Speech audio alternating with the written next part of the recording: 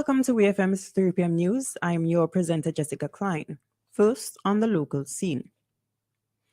Vincentian couple Chelsea Grant, age 27, and Zay Howard, age 23, are charged with murder, 2 counts of robbery, and 3 counts of fraud by false representation for using bank cards belonging to Susan Hawkeye. The couple was accused of tying up and murdering Susan Hawkeye, age 71, a pensioner, for her PIN number before going on a spending spree with her bank cards, amounting to £14,000.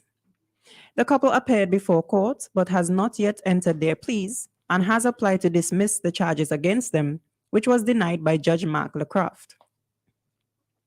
According to reports, Hawkeye was found heavily decomposed and mummified in the fetal position under a duvet in her flat in Neasden, northwest London, on September 26, 2022. It is claimed that the couple was responsible for 143 transactions between September 7th and September 27th, totaling £14,000. They are said to have targeted Miss Hawkeye in a street robbery on August 22nd, taking her handbag, bank card, and house keys. Grant and Howard of Press Road, Neasden, are charged with murder, 2 counts of robbery, and 3 counts of fraud by false representation. They were remanded in custody until June 16th, with their trial date set for September 4th.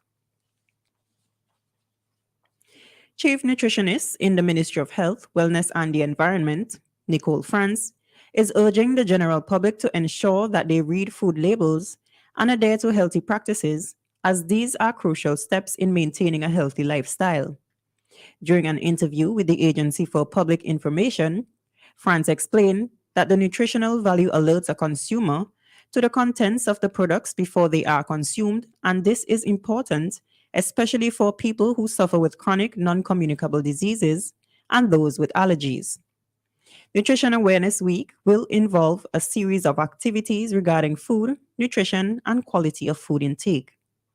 Nutrition Week begins on Sunday, May 28, 2023, with a church service and will feature participation from secondary school students as well as members of the general public. The week's activities will draw to an end with a Caribbean Nutrition Day Health Fair on Thursday, June 1st, and a supermarket visit on Friday, June 2nd. The theme for Nutrition Awareness Week 2023 is Read Your Labels, Put Healthy Foods on Your Table.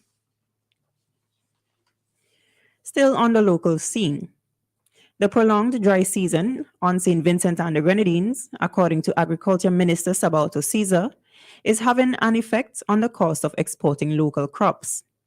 A recommendation made in late April by the Barbados-based Caribbean Climate Outlook Forum, CARICOF, advised that the southern region of the Eastern Caribbean and the Greater Antilles should monitor their water supplies for any implications of the drought. Caesar said, with this dry weather, the price of exporting produce has actually increased. I am therefore aware that last week, the cost of a 100-pound sack of dasheen was around $200. A bag of dasheen costs roughly $95 to produce, but because there is currently a shortage due to the dry period, prices have gone up. He also disclosed that the Agricultural Ministry helps farmers by bringing water and grass to various farms so that the animals can be fed. The minister also encouraged farmers to participate in the process and, if necessary, to contact their extension offices. According to the Caribbean Drought Bulletin for April 2023, St. Vincent and the Grenadines' drought situation was a worry. On the regional scene, St. Lucia's Opposition United Workers' Party, UWP, has launched an online petition for the immediate resignation of Claudius Francis as the Speaker of the country's House of Assembly.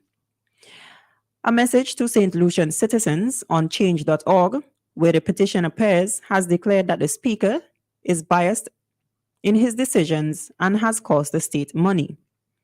The opposition also declared that his decisions had put the interests of the ruling St. Lucia Labour Party, SLP, ahead of the people's welfare.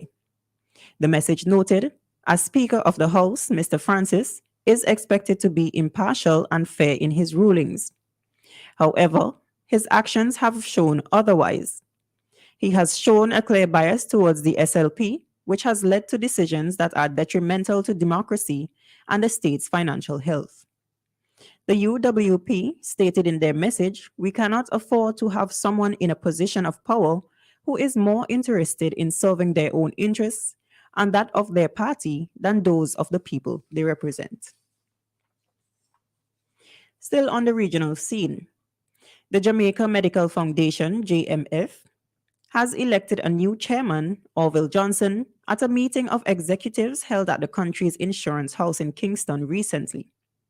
The JMF has operated since 1988 and is an outreach of the insurance industry, which raises funds to give assistance to persons who have medical emergencies, as well as assisting health institutions with equipment and supplies.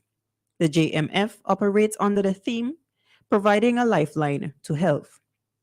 The new chairman has had a distinguished career in the insurance industry, starting as a salesman at Jamaica Mutual Life, and was one of the pioneers of bank assurance. He also became the CEO of NCB Insurance Services Limited, marketers of the Omni product, for 10 years. On the international scene, a 95-year-old woman in Australia who suffers with dementia is in the hospital with life-threatening injuries after being tasered by police at a care home. Reports state that officers were called to Yalambi Lodge in Cooma, New South Wales, after it was reported she was carrying a knife. The incident, which took place on Wednesday early in the morning, sparked outcry over what advocates say was a disproportionate response.